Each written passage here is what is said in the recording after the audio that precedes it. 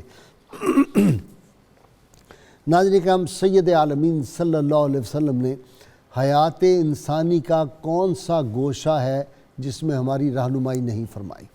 انسان کے پیدا ہونے سے پہلے سے لے کر اس کی موت کے بعد تک اور قیامت تک کے احوال میں سید عالمین صلی اللہ علیہ وسلم نے ہر لمحے پہ اپنی امت کی نہیں سارے کائنات کے انسانوں کی رہنمائی فرمائی ہے، اور انسانوں کی فلاح، کامیابی اور منزل مقصود تبھی حاصل ہو سکتی ہے جب اس راستے پہ گامزن ہو جائیں جو اللہ کے محبوب صلی اللہ علیہ وسلم نے متعین کر دی ہیں۔ وہ راہیں اصل، لوٹ جا عہد نبی کی سمت رفتار جہاں، پھر میری پسماندگی کو ارتقا درکار ہے۔ آج کا ہمارا موضوع اتنا اہم ہے اور دور حاضر میں اس کی اتنی اشد ضرورت ہے۔ میں سمجھتا ہوں کہ جس طرح ہمیں خوراک کی ضرورت ہوتی ہے انسان کو زندہ رہنے کے لیے، اسی طرح کسی معاشرے کو اگر ہم نے گہوارہ امن و رحمت بنانا ہے، اگر ہم نے معاشرے کو، کسی ملک کو جنت نظیر بنانا ہے، تو پھر ہمیں یہ آج کا جو موضوع ہے یہ بڑا اہم ہے۔ اس اعتبار سے اس پر عمل کریں گے تو تب معاشرے جو ہیں وہ گل و گلزار بنیں گے، ورنہ تو ایک نفرت کی اور ایک غصے کی جو آگ ہر طرف بھڑک رہی ہے، انسانوں کے انڈیویجول لیول پہ، انفرادی لیول پہ بھی اور اجتماعی لیول پہ بھی اور قوموں کے لیول پہ بھی۔ تو آج کا ہمارا موضوع ہے صبر و تحمل قرآن و حدیث کی روشنی میں۔ اللہ کریم نے قرآن حکیم میں ارشاد فرمایا، ان اللہ مع الصابرین، بے شک اللہ تعالیٰ صبر کرنے والوں کے ساتھ ہے۔ یعنی جو آدمی صبر کرتا ہے، تحمل کا مظاہرہ کرتا ہے، کسی بھی غم کا موقع ہو یا غصے کا موقع ہو، تو وہ جو بہادر شاہ ظفر نے کہا تھا، ظفر آدمی اس کو نہ جانیے گا خواہ کیسا ہی صاحب فہم و ذکا، جسے عیش میں یاد خدا نہ رہی، جسے تیش میں خوف خدا نہ رہا۔ تو یہ صبر و تحمل جو ہے اس کے حوالے سے آج ہمارا جو موضوع ہے، گفتگو ہے۔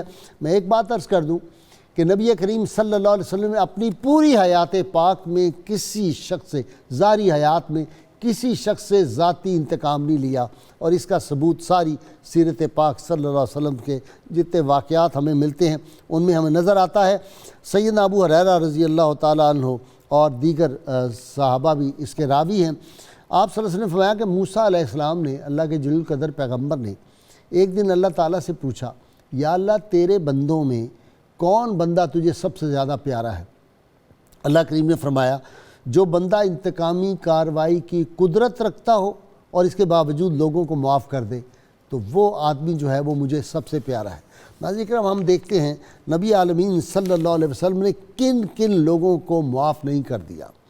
آپ دیکھیں، جو ہم تفصیل دیکھتے ہیں، فتح مکہ کے موقع پر ہند جو ابو سفیان کی بیوی، جس نے سیدنا امیر حمزہ، آپ کے جو بہت ہی پیارے عزیز چچا جان سیدنا امیر حمزہ رضی اللہ تعالیٰ عنہ کا، سید الشہداء کا کلیجہ چبایا تھا، اور وہ جو واشی حبشی تھے بعد میں ایمان لائے، انہوں نے جس طرح ان کی لاش کا مسئلہ کیا تھا ان کے جسم کا، اور اسی طرح ہم دیکھتے ہیں کہ نبی کریم صلی اللہ علیہ وسلم کا یہ کمال ہے، جس یہودیہ عورت نے آپ کو گوشت میں زہر دیا، شہید کرنے کی کوشش کی، آپ نے اس کو معاف فرمایا ہے۔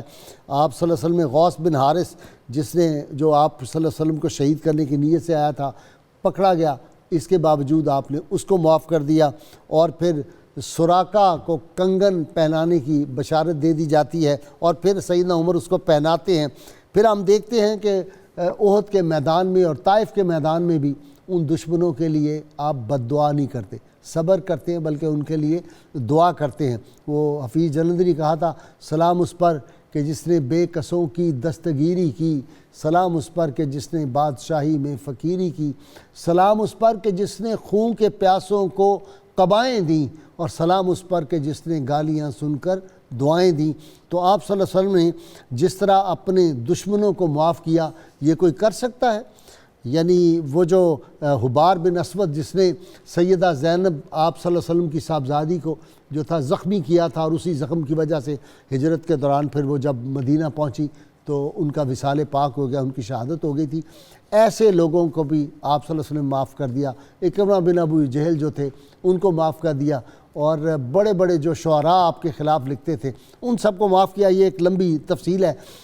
ایک واقعہ جو مجھے یاد آتا ہے کہ سید عالمین صلی اللہ علیہ وسلم کے سامنے ایک اعرابی آیا، اور آپ نے اس کو کچھ، اس وقت آپ نے چادر اوڑھی ہوئی تھی اور لوگوں کو کچھ مال تقسیم کر رہے تھے، اس کو بھی تھوڑا سا مال دیا، وہ خوش نہیں ہوا اور چادر آپ کے گلے میں اس نے لپیٹی اور کچھ گستاخی کے جملے بھی کہے۔ صحابہ آگے بڑھے اس کو سزا دینے کی، اس کو مارنے کے لیے، جلال میں آگے صحابہ، آپ نے ان کو منع فرما دیا اور فرمایا کہ اور اس کو مال دے دو، اور مال دے دو۔ جب دے دیا، ایک اونٹ پہ جو دے دیا، ایک اونٹ پہ کھجوریں اور دیگر مال دیا، تو پھر آپ نے کہا آپ خوش ہو؟ اس نے کہا میں خوش ہوں۔ آپ نے کہا تم سے انتقام لیا جائے گا، تمہیں ڈر نہیں لگا؟ اس نے کہا نہیں، مجھ سے آپ انتقام نہیں لے سکتے۔ آپ نے پوچھا کیوں؟ اس نے کہا آپ کریم النفس ہیں، آپ تو کریم ہیں، آپ تو ہمیشہ معاف فرمانے والے ہیں، آپ تو اچھے سلوک فرمانے والے ہیں۔ تو سید عالمین صلی اللہ علیہ وسلم نے جو صبر کے ہمیں اپنی ظاہری حیات میں نمونے دکھائے ہیں، آج اسی پہ ہم بات کریں گے۔ میرے ساتھ شریک گفتگو آج اس موضوع پہ کئی کتابوں کے مصنف نوجوان اسکالر ہیں، علامہ احمد برکاتی، ان کے ساتھ ماہر نفسیات ہیں اور ایک دماغی امراض کے اسپتال کے MS جناب ڈاکٹر سید عمران مرتضیٰ، اور میرے تیسرے اسکالر بھی مشہور معروف اسکالر ہیں، میرے مہمان بنتے رہتے ہیں، علامہ ذوالفقار مصطفیٰ ہاشمی۔ آپ تینوں کا بہت بہت شکریہ۔ جی علامہ صاحب، پہلے تو صبر و تحمل آج کا بڑا مسئلہ ہے یہ معاشرے میں، دنیا پوری میں۔ اسلام میں، قرآن حکیم میں کیا اس کی تعلیمات؟ بسم اللہ الرحمن الرحیم۔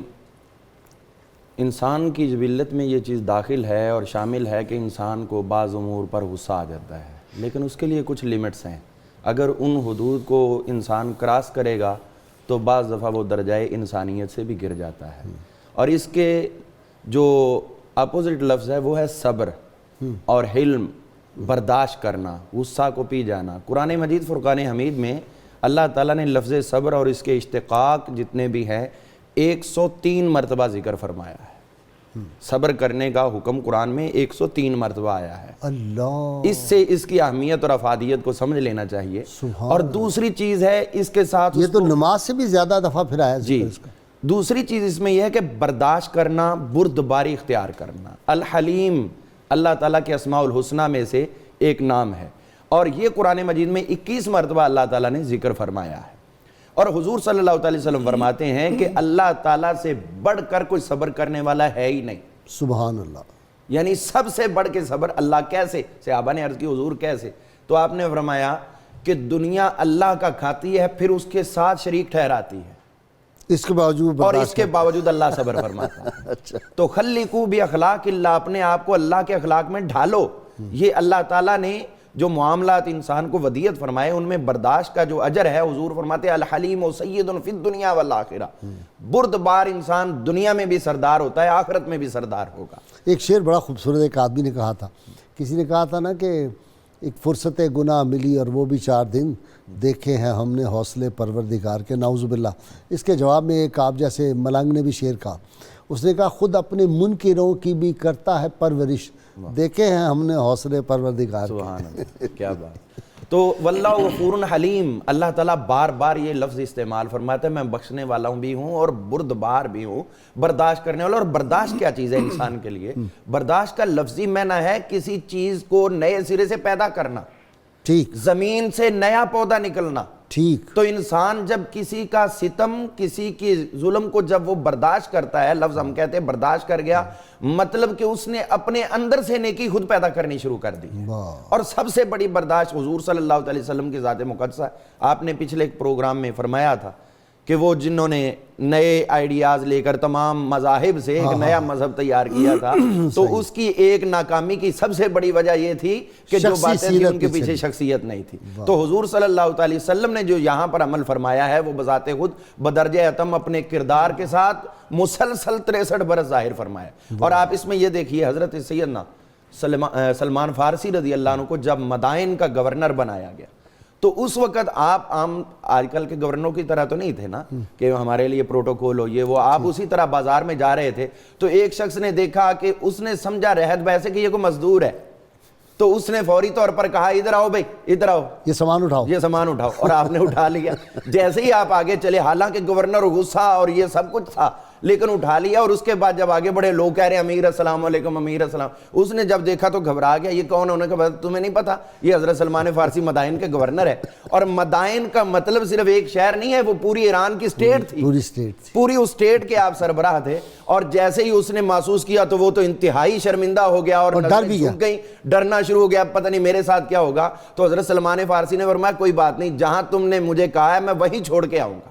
اور پھر وہاں چھوڑا. اور اس کے بعد آپ نے فرمایا, دوسرے لوگ جو دیکھ رہے تھے, بائی آرڈر آپ نے فرمایا اس شخص کا کوئی بھی بندہ کسی قسم کا مذاق بھی نہ اڑائے کہ اس کی سادگی ہے کہ گورنر کو آرڈر دے رہا ہے, فرمایا اس کا تمسخر نہیں اڑانا. اللہم صلی علی سیدنا و مولانا محمد وعلی سیدنا علی و سیدتنا فاطمہ و سیدتنا زینب و سیدنا حسن و سیدنا حسین وعلى آله وصحبه وبارك وسلم. اللهم صل على سيدنا ومولانا محمد وعلى سيدنا علي وسيدتنا فاطمة وسيدتنا زينب وسيدنا حسن وسيدنا حسين وعلى آله وصحبه وبارك وسلم. جی ڈاکٹر صاحب یہ مجھے بتائیں, یہ جو غصہ ہے, یہ جو نفرت ہے اور یہ جو عدم برداشت ہے, یہ پیدا کیوں ہوتی ہے؟ پہلے تو اس پہ کہہ رہے ہیں نا یہ ایک بیماری ہے. بسم اللہ الرحمن الرحیم. سر پہلے بہت ہی زبردست سوال آپ نے کیا, اور یہ جس طرح ہم پہلے بھی بات کرتے آئے ہیں کہ یہ گھر گھر کی کہانی ہے, سارے ملک کی کہانی ہے, اور پوری دنیا کی کہانی ہے. اور آپ فرق دیکھ لیں کہ جن ملکوں میں, جن معاشرے میں, جن گھروں میں ان دونوں رویوں میں, یعنی غصے میں اور برداشت میں, جہاں پہ ایکولیٹی اور اس کا خیال رکھا جاتا ہے, وہاں ترقی آتی ہے سر. ٹھیک, وہاں فرق آتا ہے. آپ کو ایک بہت بڑی میں مثال دے دوں بہت آسان لفظوں میں, کہ جو لوگ غصے کو نبھاتے ہیں, غصے کو نبھانا جو ہے نا برداشت کا دوسرا نام ہے. یہ نہیں ہے کہ آپ غصے کا مطلب ہے کہ آپ اس کو کوئٹ کر دیں, وہاں سے وہ چلے جائیں, اس کو چھوڑ دیں. غصے کے حالات کو نبھانے کو برداشت کہتے ہیں. اور یہ آپ سب کچھ دیکھتے ہیں جب آپ روڈوں پہ گزر رہے ہوتے ہیں, آپ کو نظر آ جاتا ہے کہ جو معاشرہ کیا ریفلیکٹ کر رہا ہے, کہاں برداشت ہے اور کہاں پہ عدم برداشت ہے.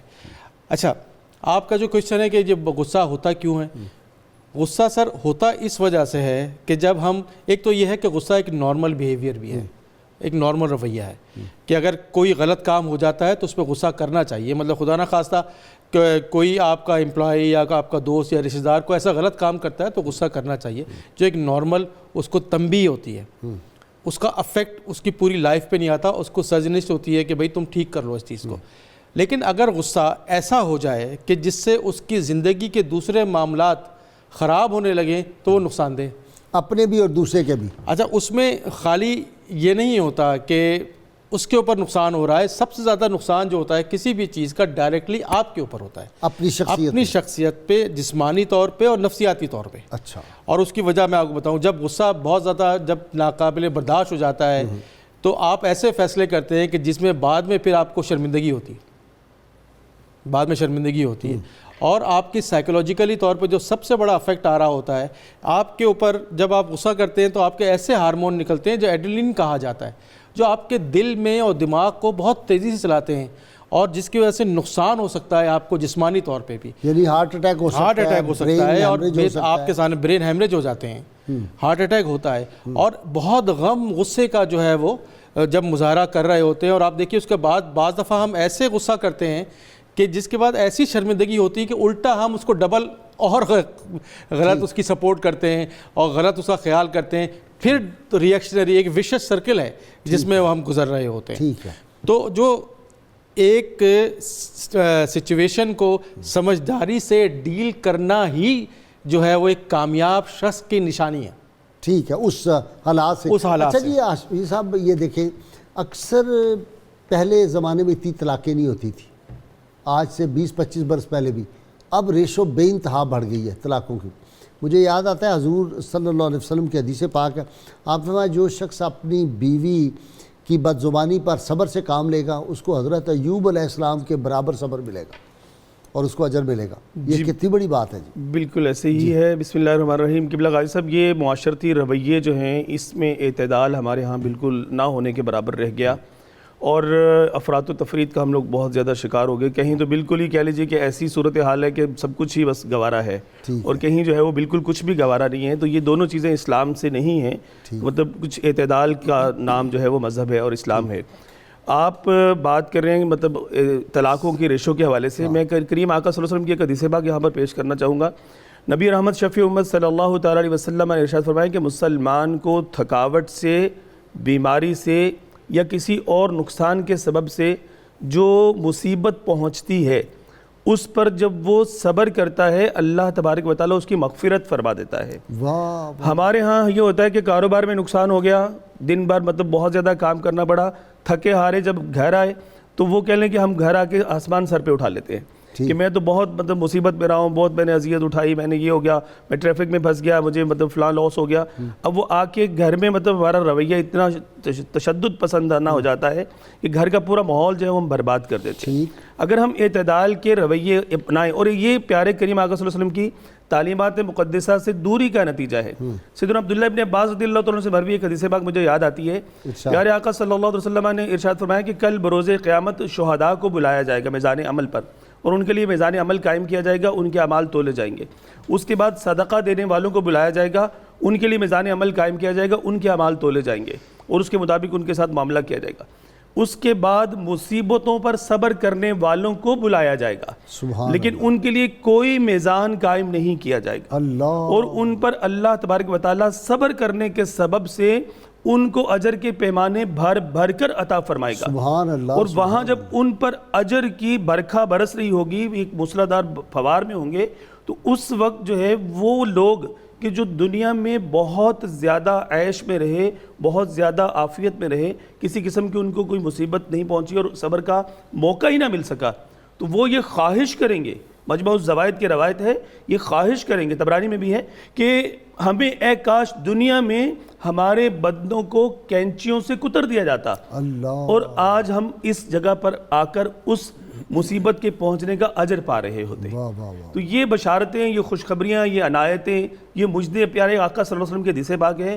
فرمایا کہ صبر جنت کے خزانوں میں سے ایک خزانہ ہے. صبر جو ہے یہ نصف ایمان فرمایا گیا, اور آج ہمارے ہاں سے صبر بالکل رخصت ہی ہو گیا. صبر تو ہر کام میں رخصت ہو گیا. ٹریفک میں ہی اگر ذرا سا کچھ ہو جائے ہر بندہ دوڑ لگا رہا ہے, اور وہ ذرا صبر نہیں کرتا, اور اسی سے پھر اور زیادہ بڑھتا ہے معاملہ. صبر کا مفہوم ہی ہمیں پتہ نہیں ہے, صبر کہتے کس کو ہیں, ہم نے تو مطلب اس کی بالکل جانچ پہچان ہی ختم کر دی. علامہ صاحب, سیدنا عمر فاروق رضی اللہ تعالیٰ کے سامنے کھڑی ہو کے ایک عورت اعتراض کر رہی ہے, ایک آدمی اعتراض کر رہا ہے, وہ صبر سے کام لے رہے ہیں, اس کی برداشت کر رہے ہیں.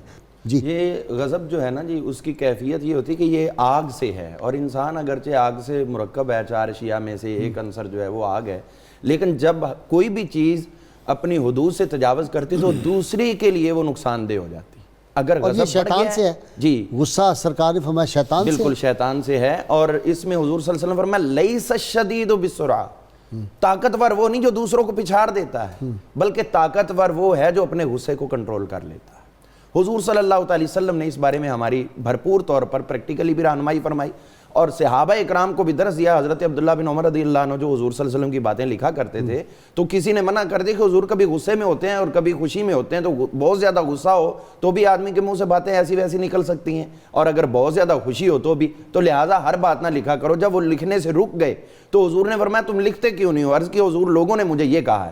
تو آپ نے فرمایا مجھے اس پیدا کرنے والے کی ذات کی قسم, میرے منہ سے چاہے میں غصے میں ہوں چاہے میں خوشی میں, حق بات کے سوا کبھی بھی کچھ نہیں نکلتا. حضور صلی اللہ علیہ وسلم کے اس عمل مبارک کو دیکھیں, حضرت سیدنا ایوب علیہ السلام کا صبر, حضرت یعقوب علیہ السلام کا صبر, اور پھر آپ دیکھیں کہ حضرت امام علی مقام سیدنا امام حسین علیہ السلام کا صبر، اور حضرت علی احمد صابر تو صبر کے نام سے وہ کلیری ان کی ایک شہرت ہے دنیا کے سیدہ اندر. زینب سلام اللہ علیہ کا اور پھر اس میں آپ یہ دیکھیے حضرت سیدنا امام زین العابدین کی میں بات کرنا چاہ رہا تھا کہ آپ نے اپنے غلام کو آواز دی، ادھر آؤ بات سنو، تو وہ نہیں، اس نے جواب دیا. دوسری دفعہ آواز دی تو اس نے جواب نہیں دیا. تیسری دفعہ دی تو پھر اس نے جواب دیا. آپ نے فرمایا پہلے 2 دفعہ آواز دی تو تم نے کیوں نہیں جواب دیا؟ وہ کہنے لگا اس لیے جواب نہیں دیا کیونکہ مجھے پتا ہے کہ میں ہمیشہ آپ کے غصے سے امن میں ہوتا ہوں. مجھے پتا ہے آپ مجھ پہ کبھی غصہ نہیں فرماتے. تو آپ نے فوری طور پر کہا یا اللہ تیرا شکر ہے اس بات پر کہ میرے مملوکین، میرے غلام بھی میرے غصے سے ہمیشہ امن میں رہتے ہیں. اور پھر وہ مشہور روایت جو امام بہقی نے شعب الایمان میں دیگر نے بیان کی ہے امام زین العابدین کی، کہ جب آپ بیٹھے ہوئے تھے دوستوں کے ساتھ کھانا تناول فرما رہے تھے اور وہ باندی آئی، اس کے ہاتھ میں سالن تھا اور اس نے جیسے ہی آپ کے پاس آئی تو آپ کے چہرے پہ گرا دیا، آپ کے کپڑوں پہ گر گیا. آپ نے جیسے ہی اس کو دیکھا تو اس نے وہ قرآن پاک کی آیت کریمہ پڑھ دی، والقاظمین الغیظ، غصہ پی جانے والے ہیں. آپ نے فوراً فرمایا قسم تو غیظی، یہ نہیں کہا کہ ایک تو نے نقصان کیا اور دوسرا آیتیں پڑھتی. تو کہنے لگے قسم تو غیظی، میں نے اپنا غصہ پی لیا. اس نے کہا والعافین عن الناس، لوگوں سے درگزری کرنے والے ہیں. فرمایا عفوت عنک، جاؤ میں نے تجھے معاف کیا. وہ کہنے لگے واللہ یحب المحسنین، اللہ تعالیٰ احسان کرنے والوں کو پسند کرتا ہے. آپ نے فرمایا انت حر، جاؤ میں نے تجھے آزاد کر دیا. تو یہ ان لوگوں کا کردار ہے، شدید غصے کے اندر بھی اپنے آپ کو کس طرح وہ کنٹرول کرتے ہیں. اور غازی صاحب یہ جو سرکار دو عالم علیہ السلام نے، ایک غصہ ہے، ایک حمیت ہے، حمیت پہ کمپرومائز نہیں ہے، دین کے ساتھ غیرت ہے. آپ کی محبت ہے دین کے ساتھ، وہ جب بھی ضرورت ہوگی وہ ظاہر کیا جائے گا، اور جتنی بھی ضرورت اس سے زیادہ شدید ظاہر کریں. لیکن جو چیز دوسروں کو آپ سے دور کرتی ہے، یہ اللہ تعالیٰ نے خود فرمایا لو کنت فظا غلیظ القلب لانفضوا من حولک. اے محبوب صلی اللہ علیہ وسلم اگر آپ تند ہوتے، سخت مزاج ہوتے تو اتنے لوگ عاشق بن کے دیوانہ وار آپ کے گرد کبھی بھی جمع نہ ہوتے. یہ آپ کی ایک زبان کی نرمی ہے، چاشنی ہے، شیرینی ہے، جس نے پوری خلقت کو آپ کا دیوانہ بنایا ہوا ہے. غازی صاحب حضور صلی اللہ علیہ وسلم کے اس جو آپ نے فرامین ہمیں عطا فرمائے ہیں، ان میں ایک آپ کا فرمان یہ بھی ہے کہ قیامت والا دن ہوگا، اس وقت اللہ کریم ندا دے گا کہ صبر کرنے والے اور معاف کرنے والے وہ آ جائیں. اور وہ آئیں گے تو اللہ تعالیٰ ان سے ارشاد، اور فرمایا علی رؤوس الخلائق، مخلوق نیچے ہوگی، ان کو بلند کھڑا کیا جائے گا، ساری مخلوق نیچے یہ اوپر. اور اللہ تعالیٰ ارشاد فرمائے گا یہ سامنے جنت ہے، اس کے اندر حوریں ہیں، جو جو حور تمہیں پسند آتی ہے تم کہو میں اس کا نکاح تمہارے ساتھ. اللہم صلی علی سیدنا و مولانا محمد وعلى سيدنا علي وسيدتنا فاطمة وسيدتنا زينب وسيدنا حسن وسيدنا حسين وعلى آله وصحبه وبارك وسلم.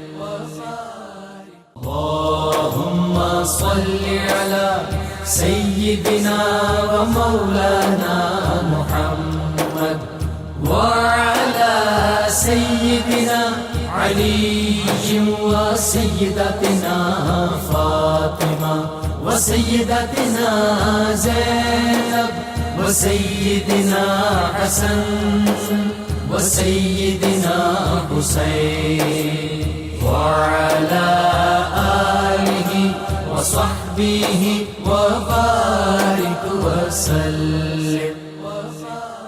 ڈاکٹر سید مرتضیٰ صاحب یہ بتائیے، عمران مرتضیٰ پورا نام آپ کا ہے، لیکن مرتضیٰ مجھے بہت اچھا لگتا ہے. جی تھینک یو.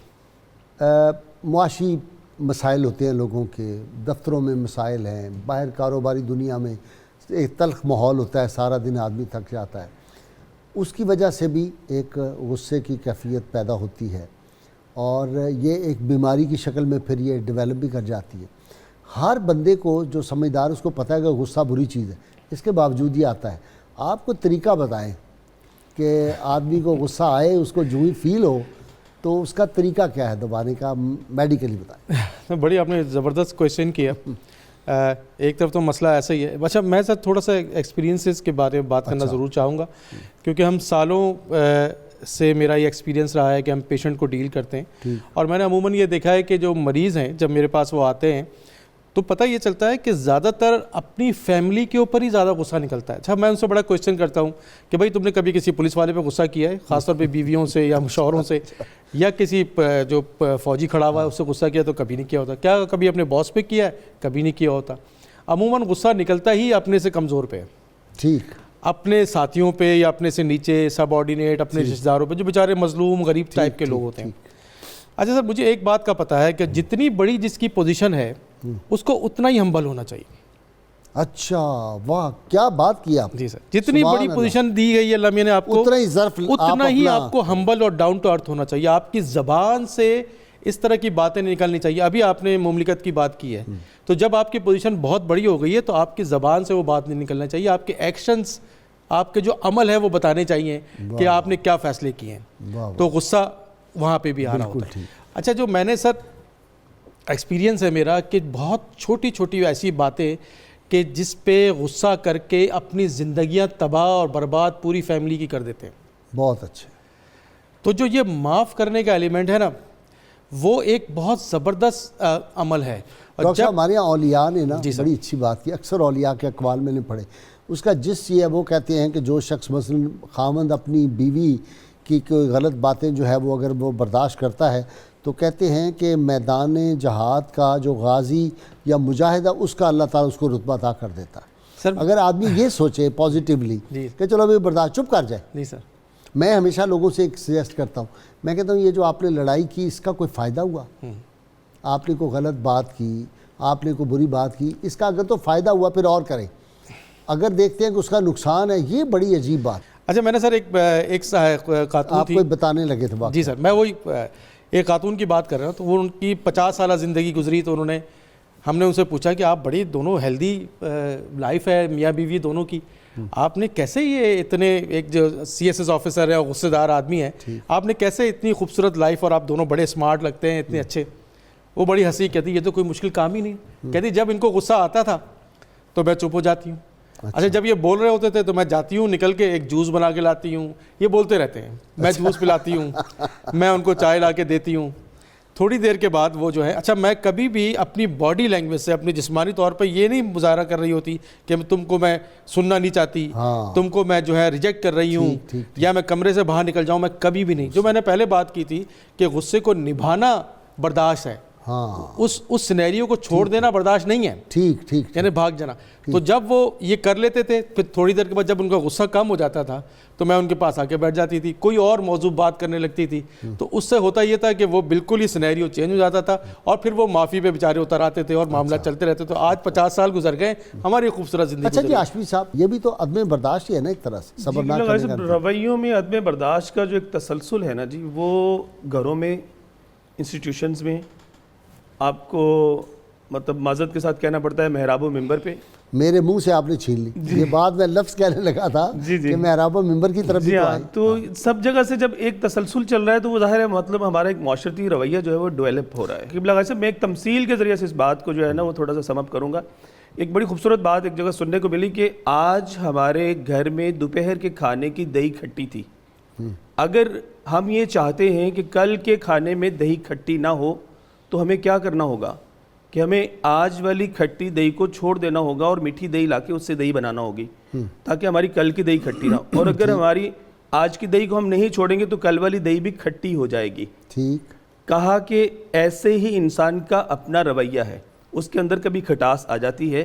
آپ یہ چاہتے ہیں کہ آپ کا کل کھٹا نہ ہو, آپ کا پرسوں کھٹا نہ ہو, آپ کی پوری لائف کھٹی نہ ہو, تو آج کی کھٹاس کو ادھر ہی چھوڑ دیجیے. سبحان اللہ. اگر اس کو ادھر چھوڑ دیں گے تو آپ کے لیے آنے والا مستقبل جو ہے وہ بڑا میٹھا ہوتا چلا جائے گا. ایسا ہی آج اس مٹھاس کی ضرورت ہے, کھٹاس کو چھوڑ دینے کی ضرورت ہے. اللهم صل على سيدنا ومولانا محمد وعلى سيدنا علي وسيدتنا فاطمة وسيدتنا زينب وسيدنا حسن وسيدنا حسين وعلى آله وصحبه وبارك وسلم.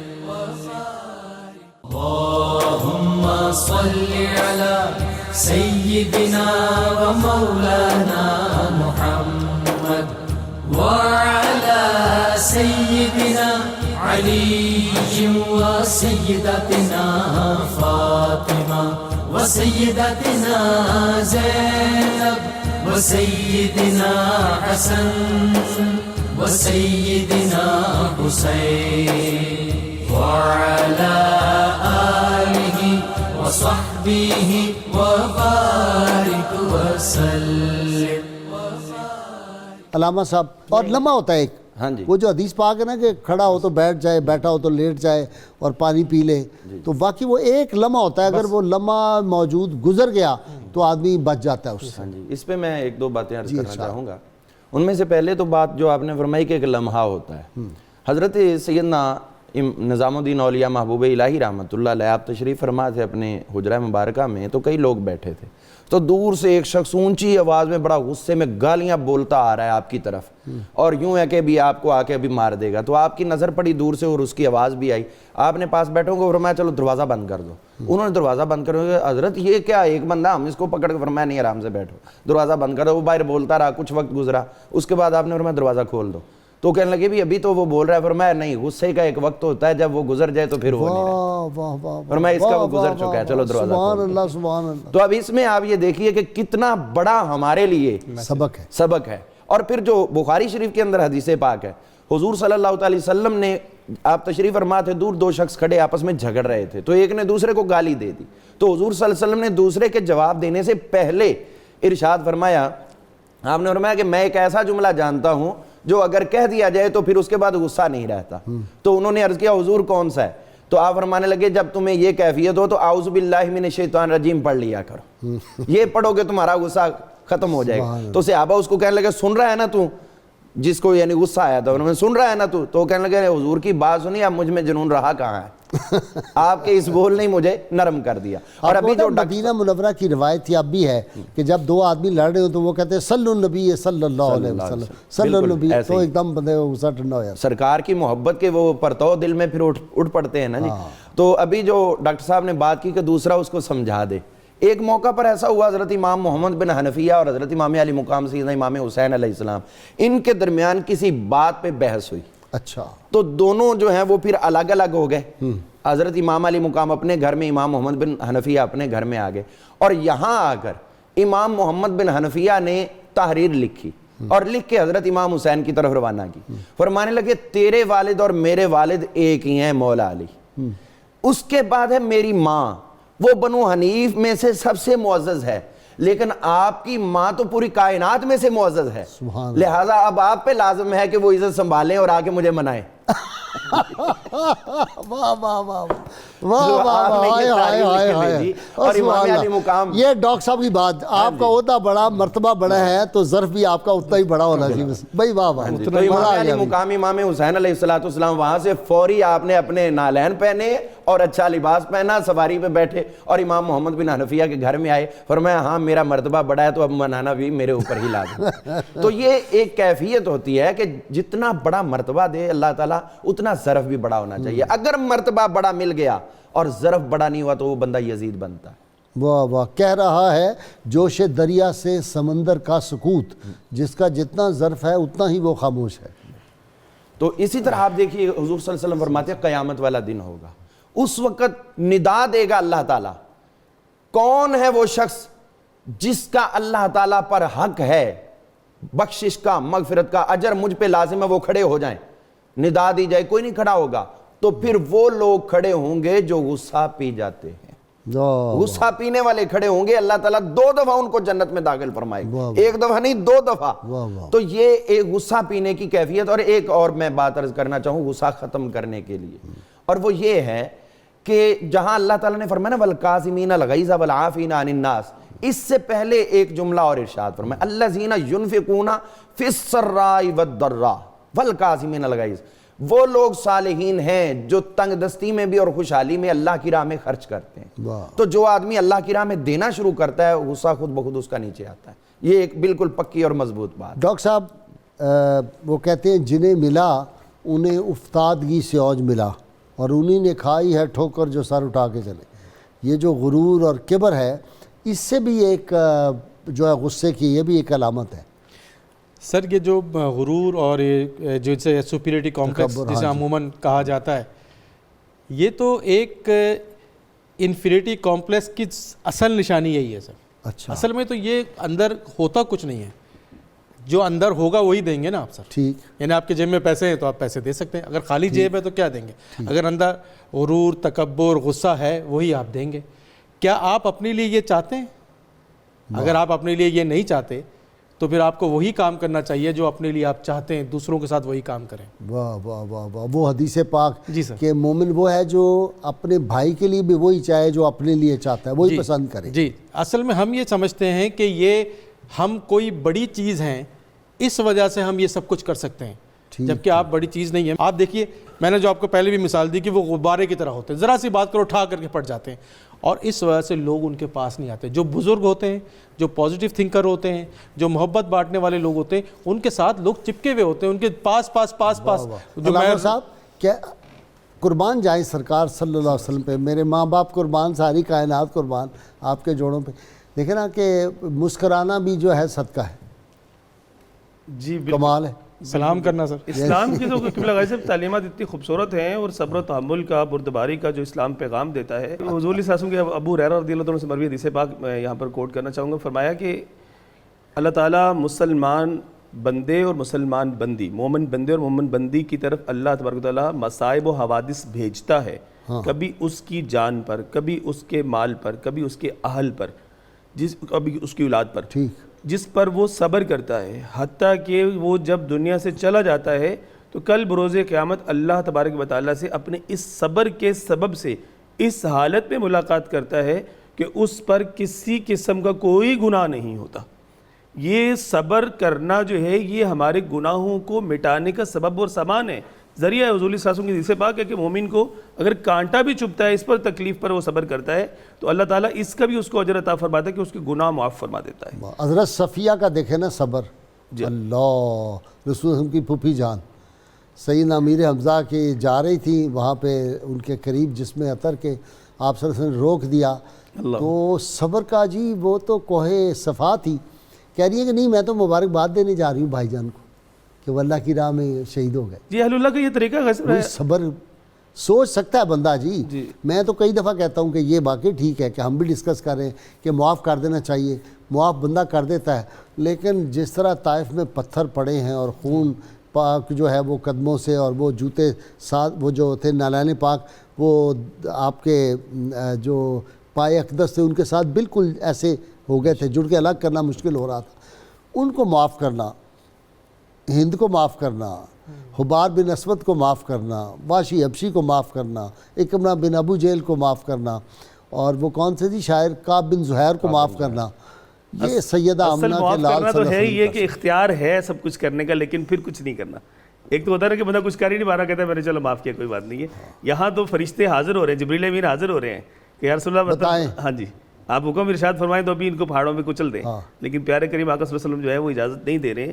یہ رویے حضرت سیدنا ابراہیم بن ادم رحمۃ اللہ تعالی کے واقعہ, یہاں پہ میں آپ نے کہا کہ واقعات سے بننا آدھا منٹ ہے میرے پاس جی بس جی. تو اس میں آپ حج کے موقع پر گئے ہیں, حجامت بنوانے کے لیے بیٹھے, ایک دوسرا شخص آیا جو مالدار تھا, حجام اس کی حجامت بنانے لگ پڑا, آپ کو چھوڑ دیا, پھر دوسرا, پھر تھوڑی سی آپ کی بنائی, پھر چھوڑ دیا, پھر دوسرے کی بنانا شروع کر دی, اس نے دینار دیے. آپ نے جب اپنی حجامت مکمل کروائی تو وہ شخص یہ سمجھ رہا تھا حجام کہ اب مجھے کچھ نہیں ملنے والا, اب یہ میرے اوپر غصہ کریں گے. آپ نے اس کو دگنا معاوضہ دیا اور کہا کہ تم تو میرے دوست ہو, تمہاری وجہ سے مجھے یہ حج کی اس مبارک موقع پہ کتنا صبر کا موقع مل گیا, اور میرے رب نے میرے درجات بلند کر دی, میرے گناہوں کو معافی کا سامان کر دیا. تو یہ رویے جب پیدا ہو جائیں گے تو پھر دیکھیں معاشرہ کیسا جنت نصیب. واہ واہ, جنید بغدادی جب غیبت کرنے والے کو کھجوریں بھیجیں تو پھر واقعی یہ ہے. بہت شکریہ علامہ صاحب آپ کا بھی, ڈاکٹر سید عمران مرزا آپ کا شکریہ, اور جناب ہاشمی صاحب آپ کا بھی. ناظرین کرام, کتاب الشفا سے نسخے کا وقت ہو گیا. سورہ یاسین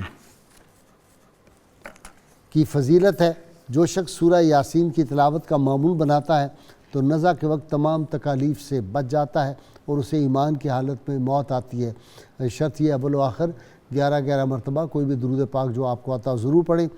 سیدنا غوث الاعظم سیدنا عبد القادر جیلانی رحمہ اللہ فرماتے ہیں, صبر یہ ہے کہ بلا کے ہوتے ہوئے اللہ عز و جل کے ساتھ حسن ادب و ثبات قائم رہے اور اس کے فیصلوں کو فراخ دلی کے ساتھ احکام کتاب و سنت کے مطابق مانے۔ اللہم صلی علی سیدنا و مولانا محمد وعلی سیدنا علی و سیدتنا فاطمہ و سیدتنا زینب و سیدنا حسن و سیدنا حسین وعلی آلہ و صحبہ و بارک وسلم۔